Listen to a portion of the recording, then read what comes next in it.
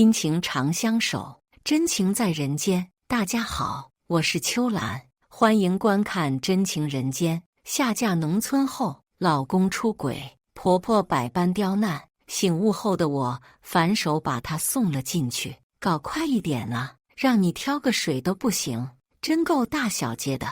烈日炎炎，婆婆躺在田里那头的摇椅上乘凉，她眯着眼冲我喊着话。我大汗淋漓地走着路，双手吃力，还挑着沉重的水，一步步地往前走。快一点，等会儿把水放下来这里之后，就去烧菜做饭了。真慢，等你做饭，我都快饿死了。好不容易走到婆婆跟前，我一下子泄了力气，把桶放下，动作太快，其中一个桶倒地，水洒了出来。啊！我惊慌地叫出声，眼睁睁地看着水溅到婆婆的鞋子上。婆婆瞪大了眼睛，一手将我推倒在地，我摔坐在地上，手臂磕地，衣服裤子都被水浸湿，一身狼狈和疼痛。好啊，大学生就是了不起，屁大点事儿都做不好。你读书把脑子都读坏了吧？真是废物！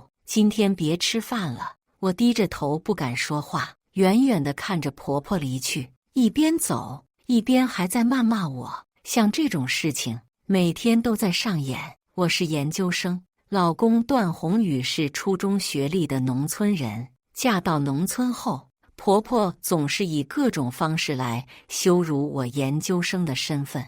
我和段宏宇是在我研一的时候认识的，他是负责我们学校片区的外卖小哥。因为经常点外卖，一来二去的，段宏宇就添加了我的联系方式。他时常找我聊天，直言说喜欢我，对我展开了强烈的追求。起初我并没有理会他，但他一直不依不饶地追求我，经常在空闲的时候来找我，陪着我上课，陪我去图书馆。段宏宇追了我2个学期，我被他的感动了，便答应跟他试试。在一起恋爱后，我发现他身上的优点很多。他对我非常的温柔有礼貌，脾气很好。恋爱3个月后，他向我求婚了。段宏宇说，这份爱情非常珍贵，他希望能早点跟我修成正果，不想浪费余生。我答应了，但我的父母不同意，他们看不起段宏宇，要我跟他分手。于是我偷了家里的户口本，直接申请休学，然后跟段宏宇领证回他乡下老家结婚。万万没想到，我不适应乡下的生活，因为干不好农活，婆婆一点也不喜欢我。她时常以我大学生的身份来羞辱我，就像刚刚那样。算了，只要时间长了，婆婆一定会改变对我的看法。就在我胡思乱想的时候，段宏宇回来了。我笑了笑，喊他老公。他紧皱着眉头，眼神阴冷。我愣住，看着他怒气冲冲地走到我面前，对我大声吼：都怪你，都怪你这个死女人！要不是你，我根本不会被骂。我傻眼了，一脸不解地看着他。发生什么事了？段宏宇从来都不会这样对我说话的。他直接把手机甩到我身上，你自己看吧。我接过来看，手机界面是一条微博，微博标题名为“震惊”，高颜值女研究生休学下嫁农村矮矬穷小伙。有人扒出了我和段宏宇的身份，微博下面的评论全部都在辱骂段宏宇的，各种说他的不是，说他骗我，说他不配。段宏宇冷声道：看见了吧，多亏了你，我现在火了，全网的人都在骂我，你不要生气。我轻声说道：不是这样的。什么不是？哎呦，我知道是我高攀了你，是我高攀了研究生，你真是不起呢。大家都说我不配。这条微博的影响力很大，段宏宇所有个人社交账号都受到了全国各地网友们的轰炸和谩骂。他发了很大脾气，也不敢出门，因为亲戚朋友都看到了那篇文章。外面的人只要一看见我们，就开始阴阳怪气的。从那时候开始，段宏宇对我的态度也一落千丈。这天，我好不容易有时间在家看书，刚坐下来看了2页，段宏宇进来了。他看见了，便开口说道：“嫁过来，我还真是委屈你了。现在还想着看书呢，要不咱们离婚算了，你回学校继续去当你的大学生呗。”听到段宏宇这番话，我皱了皱眉头，耐着心跟他解释：“老公，我从来都没有说过委屈什么的，也从来没有想过离婚。你不要这样说好不好？是我说错了吗？你不就是这样做的吗？你现在不就是在看书吗？”段宏宇冷笑着，眼里全是嘲弄：“看的都是我看不懂的书，你心里肯定也是在嘲笑我矮矬穷，我没文化，对吧？”我摇头，我知道你心里不爽，可是你这样说我也很难受。难受就少看点啊。再说了，你很闲吗？没事做出去干活。他直接走过来，抢走了我的书，然后用力地抬手把书甩到房间的角落。我按了按神，因为不想吵架，心里默默忍着，说道：“我知道了，我去打扫卫生吧。”我默默走过去，把我的书捡起来放在桌子上，然后离开房间。刚关上门，我就听到他在房间里爆粗口，然后又响起书被砸到角落的声音。我听得头一阵嗡嗡的响，胃里忽然涌出了一阵恶心的感觉。我下意识捂着肚子开始干呕。忽然间想起，我这个月已经过了生理期，但是月经还没来。意识到这个问题后，我立刻出去最近的药店买了验孕棒。我心里又惊又喜，生怕空欢喜一场。好不容易忍到了第2天清晨，我迫不及待去测试，结果真的是2条杠。我飞奔过去，把睡梦中段宏宇醒，疯狂地喊他：“老公，老公，快醒醒！干什么一大早的？别烦我！”他皱眉，极其不耐烦道：“我怀孕了。”我大声告诉他。段宏宇在床上愣了一下：“你说什么？”我笑盈盈地看着他，我说：“我怀孕了，真的。”他立刻坐起身来，我把验孕棒拿到段宏宇面前，仔仔细细地盯着他的反应。可段宏宇的脸上并没有展现欢喜，而是拧着眉头拍开我的手，骂我：“你笑屁呀！”我愣住，怎么了？他冷笑一声：“什么怎么了？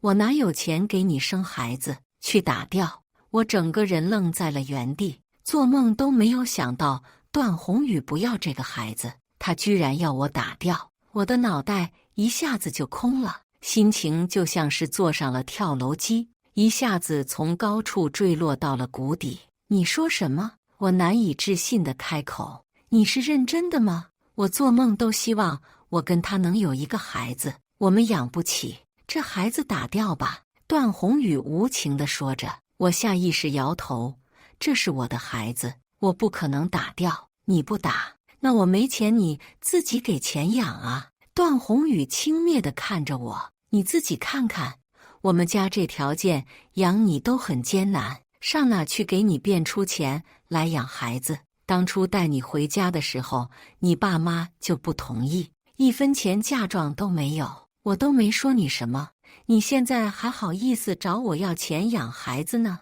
我没有想过这个问题，一下子噎住，不知道该说些什么。当初嫁过来的时候，爸妈不同意，所以没有出嫁妆，自然也没有索要1分彩礼钱。我是直接过来乡下的。来到这里后，段宏宇说婆婆身体不好，让做家务照顾婆婆，所以家里段宏宇一个人出去工作，所以我没有任何收入。我心塞塞的，哽咽道：“可是我想要留着孩子，这是我第1个孩子啊！那你想办法弄钱来。”段宏宇忽然想到了什么，他对我笑了一下：“要不你到你家里要钱去，当初嫁妆也没有，正好补上。”我愣住：“我家？对呀，你自己选呗，要么你找你爸妈要钱，要么孩子打掉。”段宏宇摊手：“你看着办吧。”当初我的爸妈反对我结婚，我是偷了户口本才跟段宏伟领证的。他们知道这件事情之后，气得直接跟我断绝了关系，直接把我所有的联系方式全部都拉黑了。不管怎么样，为了我的孩子，我都要去试一下。我知道了，我回家去。我点头。下午我就买了车票回家，一路上都有熟人对我指指点点，我只能装作不在意的模样。到家门口的时候，我惊呆了。我家的门和墙壁上泼满了红漆，这是发生了什么事？我抬手敲门，妈妈的声音在里面传出来：“又是谁呀？”许久没听到妈妈的声音，我心里有些触动，吸了吸鼻子，应声说：“妈，是我。”心里的思念越发浓郁。紧接着响起急切的脚步声，大门被打开，妈妈瞪大眼睛看我，冲我嚷嚷：“你还有脸回来？”爸爸从房间里冲出来，见到我破口大骂：“死女人！你看看这个家都被你害成什么样了！”我有点懵，不是很明白父母的意思。我怎么了吗？原以为爸妈这么久没见到我，定是消气了，我们一家三口还能坐下来好好聊聊。怎么了？爸爸冷笑：“你看看门口这些东西，都是因为你。我们家被多少人来泼红漆，因为你，我跟你妈现在都不敢出门，吃的还要让你大把年纪的奶奶给买回来的。”妈妈含着泪对我说：“我跟你爸人到中年了，还要被亲戚嘲笑。以前那些人都羡慕我，说我养了一个高材生，可现在呢，大家都在嘲笑我们，养你20多年，却嫁给农村人，浪费了国家那么好的教育资源，白瞎了你一个研究生的身份。”我站在原地，整个人止不住的颤抖，心里又堵又乱。原来当初那一篇微博上爆红的文章，不仅对段宏宇的家产生的影响，就连我的家里人也受到了影响。我仔仔细细地看着爸妈脸上的皱纹，心里头万般不是滋味，哽咽道：“对不起。”“别说对不起了。”爸爸冷眼看我：“我们早就断了关系，你回来做什么？难不成是离婚了？”我面容苦涩，一时间说不上话。我怎么好意思开口再问爸妈要钱？我根本没有做好一个子女应做的义务，没有赡养他们，还因为自己的感情对他们造成伤害，怎么好意思回来要钱？既然不是，那以后你也别回来了。爸爸淡漠道：“我们就当没你这个女儿。”爸妈，不要再叫我们爸妈了。当初就跟你说过，如果你非要嫁给他，我们就断绝关系。你还回来干什么？你是想回来看我们笑话，还是要回来气死我们两个呀？爸爸怒气冲冲地拉着妈妈进屋内，然后把门关上，将我拦在家门外。忽然之间，我感觉世界崩塌了一样，眼泪是止不住地往下流，悲伤和痛苦铺天盖地地席卷而来，彻底把我淹没。面对爸妈的怨气，我没有一句话可说，因为我知道都是我的错，我没有办法反驳，是我间接把爸妈的生活弄得一团糟的。我一个人在家门口站了许久，直到感觉累了，才坐车回了乡下。段宏宇一见到我便上前来问：“怎么样，拿到钱了吗？”我抬眼看他，想到爸妈这段时间受的委屈皆是因我而起，我就难受的不行，眼泪又流出来。他皱眉看我，问：“你怎么了？”我磕磕绊绊地把回家发生的事情都告诉了他。段宏宇听完，脸上尽是嫌弃：“你是说你回去了一下午，连1块钱都没捞回来？”我愣住，还没来得及说话，又听见他说：“我还倒贴了车票钱呢，亏死了。”真无语。看到段宏宇这个反应，我的心忽然沉到了谷底。你不是应该安慰我吗？我轻声开口。段宏宇说：“我安慰你？谁安慰我呀？我还给了你大几百回家，指望你能拿几万过来的。你倒好，回去白花了的我钱。我记得你家挺有钱的呀，为什么你爸妈这么抠门呢？他一直在叨叨絮絮地说着话，却没有一句话是心疼过我和我的爸妈。段宏宇根本丝毫没有因为我爸爸妈妈的遭遇而难过，他满脑子想的都是钱。意识到这个问题，我全身起了一片鸡皮疙瘩。眼前这个熟悉的面容，还是那个当初跟我谈恋爱时甜蜜的又体贴的段宏宇吗？我正愣住不知所措，段宏宇嘴里还在抱怨着浪费钱的话，便让我快去给他煮饭。我忽然想起来，当初带段宏宇去爸妈的那一天，我的爸爸妈妈是多么生气。他们痛心地跟我说，段宏宇不配跟我在一起，说舍不得让我去乡下吃苦受累，让我跟他分手。我垂头看着自己的双手，才来这里一段时间，已经长满了老茧。想来我嫁过来之后的日子，婆婆不喜欢我，段宏宇丝毫不心疼我做农活。他今天反应明显没有把我的父母当成他的家人。他真的爱我吗？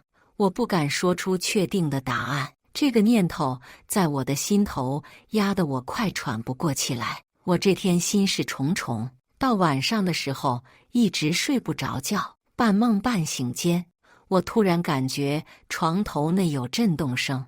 段宏宇的手机亮了，大晚上的事情谁找他？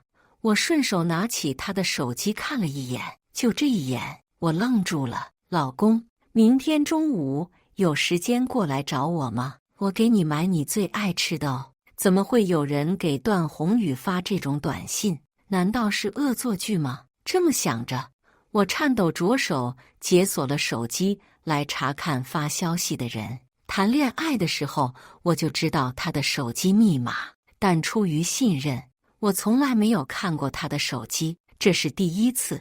我怀着忐忑不安的心情解开了他的手机密码，再定眼看给他发信息的那个人，备注是老婆，而且这个人的微信头像是一个陌生女人的自拍。我脑子里瞬间像是炸开了那般，继续翻翻他们的聊天记录，发现原来前2天晚上段宏宇对我谎称去亲戚家帮忙，实际是去找了这个女人，而且他们都是以夫妻的名字相互称呼。他真的出轨了，他真的背叛了我。我的眼泪再也止不住地流出来，可我不敢哭出声。段宏宇还在我旁边呼呼大睡。我冷静了一会儿后，拿出了自己的手机，把他们的聊天记录拍了下来，然后再默默地把他的手机放回去。我想离婚，但我不能直接提出来。按现在段宏宇这个暴躁的性子，如果撕破脸皮，他说不定还会做出什么激动的事情。我想了一整个晚上。第2天，段宏宇又催我去把孩子打掉。我假装悲伤地跟他说：“老公，我还是想要这个孩子。跟你说话你听不懂是吧？”段宏宇不耐烦了，都说了没钱没钱没钱，你耳聋吗？没钱怎么养孩子？我吸了吸鼻子，假装忧愁说道：“我有办法可以在我爸妈那里拿钱。”闻言，段宏宇瞪大眼睛：“什么办法？爸妈想我跟你离婚？我们可以假装离婚，然后我回去说出怀孕的事情，到时候他们会给钱让我去打掉这个孩子。”段宏宇皱眉：“打个孩子才多少钱？不止的。”我舔舔唇：“其实还有件事我没告诉你。”“什么事？”“昨天我爸跟我说，只要我跟你离婚，他就把我家那套房送给我。”听到我的话，段宏宇立刻抓住我的双手，激动地说道：“真的？他们真的会把房子给你吗？”“真的呀。”我点点头。我家就我一个孩子，他们早晚也会给我的。只是我爸之前跟我断绝关系了，但他昨天说，只要我跟你离婚，他就立刻把房子给我。段宏宇激动了：“那还等什么？咱们先去离婚，等你拿到房，我们之后再复婚。”得知可以拿1套房子，段宏宇迫不及待跟我办了离婚手续，然后就催我回家。我挥手就跟他道别，拿着离婚证先去了附近医院，约了无痛人流手术。手术完后，我请了一辆货拉拉到段宏宇家收拾东西。见到我的时候，段宏宇很惊讶：“你怎么这么快回家了？拿到房子了？你这是做什么？”我冷笑：“都离婚了，我肯定是来拿回我自己的东西啊。”段宏宇被我这句话吓了一跳：“你说什么呢？”我无视了他，然后快速把我的东西收拾好。段宏宇站在原地盯着我好一会儿，他慢慢的才反过来，难以置信道：“难道你是骗我的？”我淡笑不语。段宏宇质问我：“你为什么要骗我？”“因为我要跟你离婚。”“你在开什么玩笑？”段宏宇简直不敢相信。“老婆，你别闹啊！”我冷笑。“段宏宇，别装了，我都在你的手机里都看到了，你以后就跟手机里那位老婆过日子吧。”听到我的话，段宏宇面色瞬间变得铁青。“你看到什么了？”他支支吾吾的，好像很慌。“不是这样的，那都是误会，没什么误会。”我越过他，想要直接离开。我看得很清楚，段宏宇眼疾手快地拉住我，见我一副死心的模样，他双眸变得愤怒，咬牙道：“看到就看到呗，但凭什么你说走就走？你骗了我就想跑，费尽心思离婚是吧？离婚行啊，赔钱，给我30万，我就放你走。”我立刻大喊救命！门口的货拉拉人员冲进来：“你在干什么？”幸好我早就预料到这一点，所以提前让货拉拉的工作人员在门口时刻警惕着，听到我呼叫就进来，严重情况可以立刻帮忙报警。段宏宇见状，只好先松开手，他不敢在外人面前对我动手，于是他指着我威胁道：“行啊，我告诉你，要是你就这么走了，我不会放过你的。”我掏出手机，我早把你跟那位老婆的聊天记录全部都已经拍下来了。如果你敢对我或者我的家里做一点坏事，我就手机里的东西放到网上去。你应该还没有忘记当初自己被网暴的滋味吧？不想再体会一遍的话，我劝你善良。说到这里，我忍不住轻笑一声。当初那篇文章原来一点也没错，你就是一个矮矬穷的农村人，就完我就走了。段宏宇在我身后疯狂谩骂，而我再也没有理他，而是远离了这个地方，连夜回家。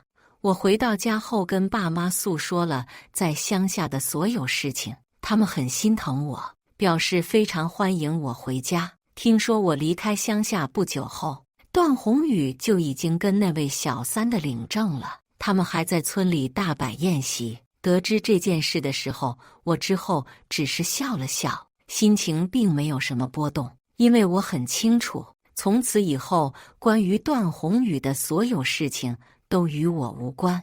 我要重新开启我的生活，我向学校申请了复学，重新回到校园，避免不了要面对着众人异样的目光。但我毫不在意，我只知道现在一切都还来得及，所以我全身心投入到学业里，并顺利拿到毕业证和学位，导师都很欣慰。毕业后，我又拿到了一份上市企业的录用通知，顺利入职。只是我没想到，在这个时候，段宏宇又出现在我的生活里。当时我在上班，突然接到前台的电话，说有一位名字叫段宏宇的人来找我。我吓了一跳，这个名字本来已经尘封在了我的记忆里，再次听到的时候，我有点恍惚。他为什么会来找我？我想不通。我下楼的时候看见他坐在沙发处，差点没有认出来人，因为段宏宇的脸上尽是岁月的痕迹。当初跟我在一起的时候，他的脸上还有年轻的朝气，现在却一副大腹便便的模样，头发杂乱，面容沧桑，还有一些未刮干净的胡子。如果不是前台告诉他就是段宏宇，我定以为这是一个年近半百的大叔。见到我走过来的时候，段宏宇看起来有点兴奋，大喊：老婆，我今天穿了一双7厘米的高跟鞋，穿着一件卡其色大风衣，脸上妆容非常精致。见到他这个样子，我脑子里第一时间闪过的想法就是，幸好跟他离婚了。若没有离婚，现在的我恐怕还是那个天天做农活的乡下女人，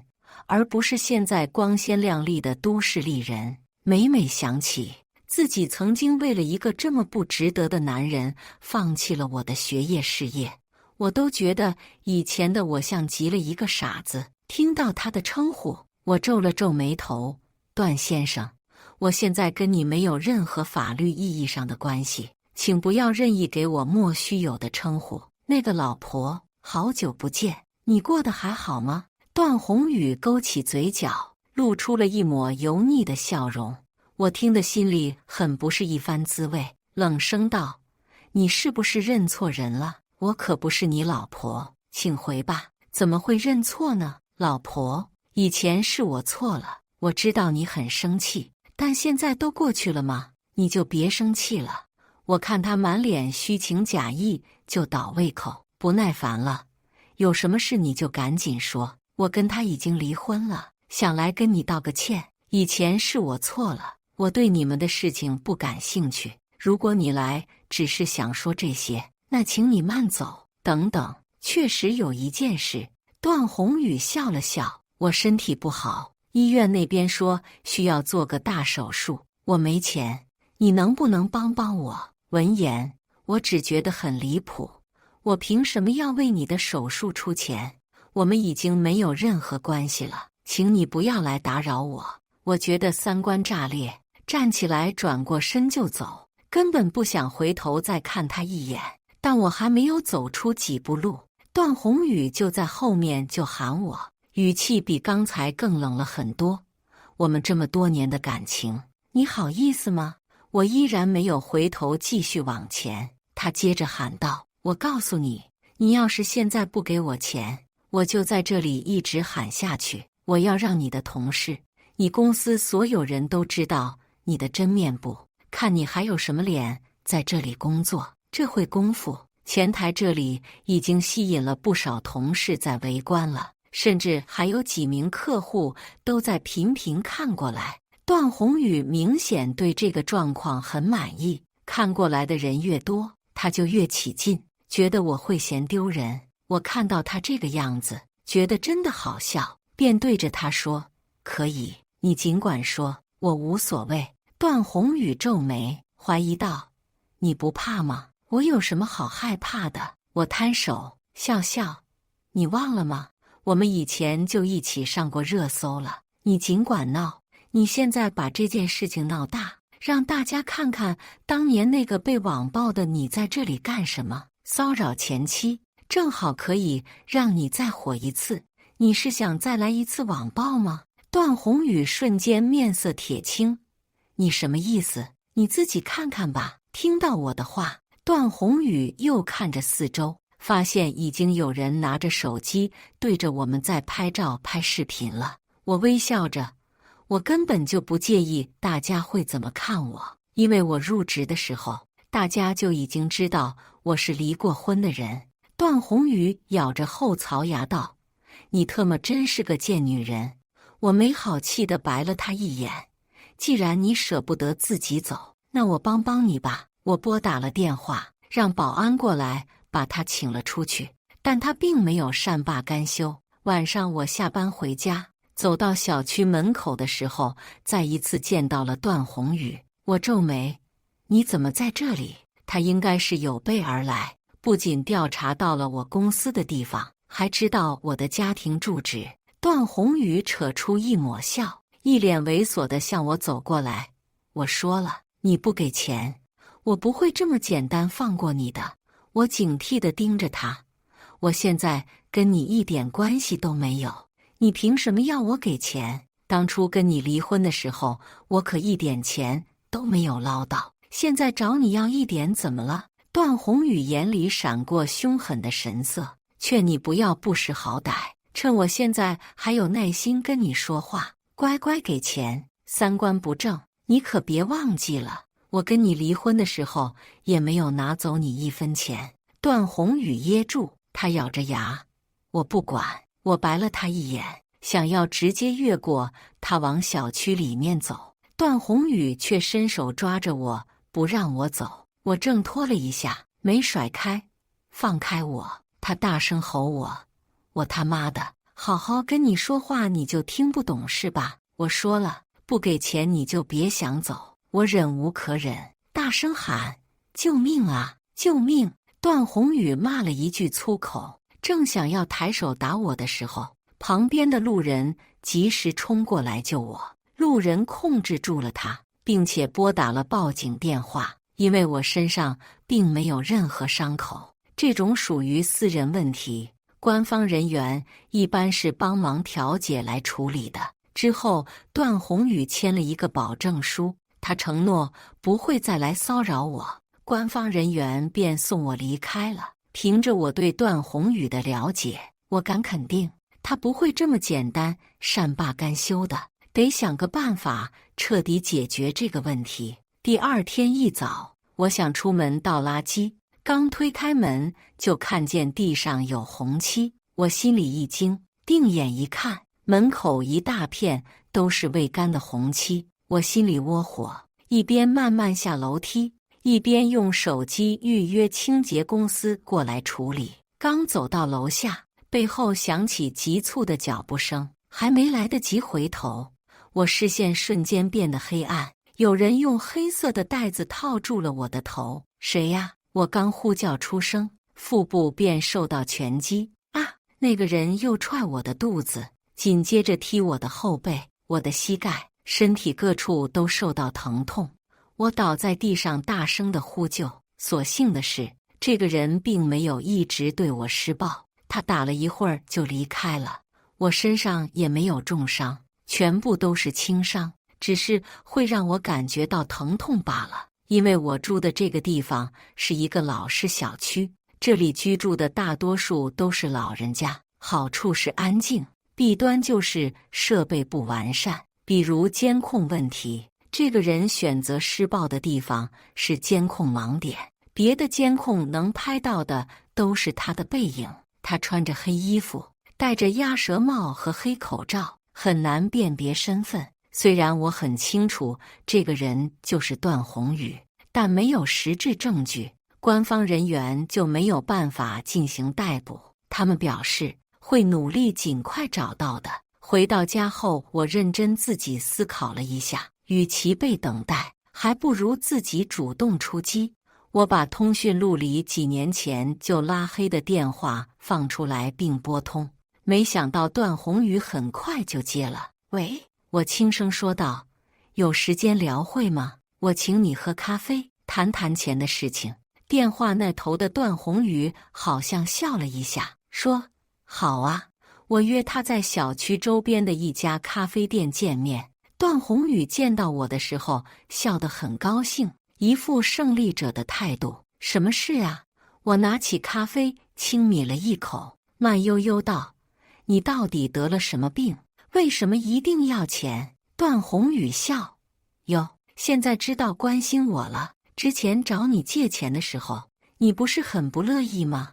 你为了要钱，都把我逼到这个份上了，我还能不给钱吗？我抬眼看他，他摆出无辜状，甭管我得什么病，你给钱就是了。还有，什么叫做我把你逼到什么份上？没有证据的事情不要乱说呀。我嗤笑，我有没有乱说？你心里不清楚吗？几年不见，他这装逼的本事倒是长进了一些。段宏宇，我什么都不知道，不知道就不知道吧。我没好气地说，说吧，要多少钱？他张手，50万。我皱了皱眉，你这是得了什么病？要50万？段宏宇挑眉，嘚瑟，这你就别管了，一副嚣张的模样，脸上挂着坏笑，看起来恶心死了。50万，连问一下都不行？你怕不是没救了，快死了吧？”闻言，段宏宇的笑容僵了僵，他皱眉：“别在这里耍嘴皮子了，50万，1分都不能少。”我拧紧眉头看他：“我把钱给了你之后，你还会对我做什么吗？”闻言，段宏宇拍着心口向我说：“只要你给了钱，咱们一拍两散，我就不会再对你做什么，这样可以了吧？所以你是承认之前打我的人是你，对吧？”段宏宇开始不耐烦了：“是我做的又怎么样？我早就警告过你了，你早点给钱就不会有这种事，你那不是活该吗？”我点头：“还有呢？还有什么？我家门口被人泼红漆也是你做的吧？”“是啊，那又怎么样呢？如果你还不找我，我今天晚上也会去泼的。就算你搬家也没有用，我一定会跟着你的，直到你给钱为止。”等的就是他这句话，我终于露出了今天第一个真心的微笑，掏出手机点头：“行，银行卡账号说一下。”我当着他的面把钱转导过去了。段宏宇收到钱就美滋滋地转过身离开了，直到他的背影在我视线中消失不见。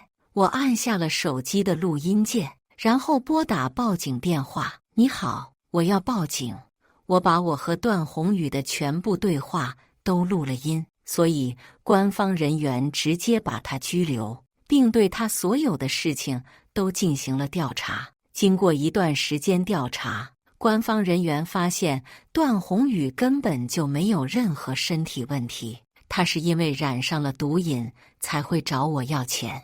段宏宇2婚后又出轨了，他的老婆发现后就跟他闹离婚。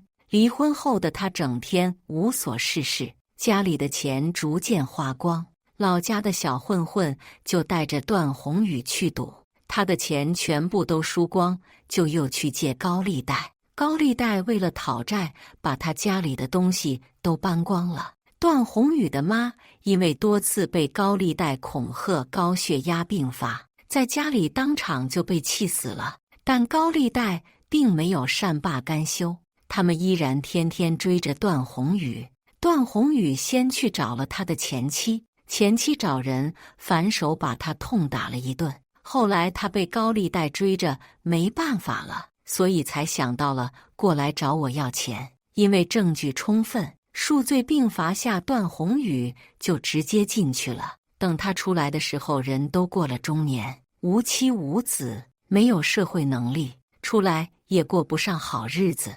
我得知这件事的当天，公司人事告诉我，因为我这个季度的绩效超标，从下个月开始，公司会给我提升30%的薪资。我简直太开心了，当下就给我的爸妈发了2个大红包，爸妈直夸我聪明能干。我相信未来的日子一定会过得更好。感谢大家的观看，欢迎大家在下方评论区讨论。如果你喜欢这类故事，记得点击订阅真情人间，并分享给更多的人，这会对我帮助很大。再次感谢大家的观看。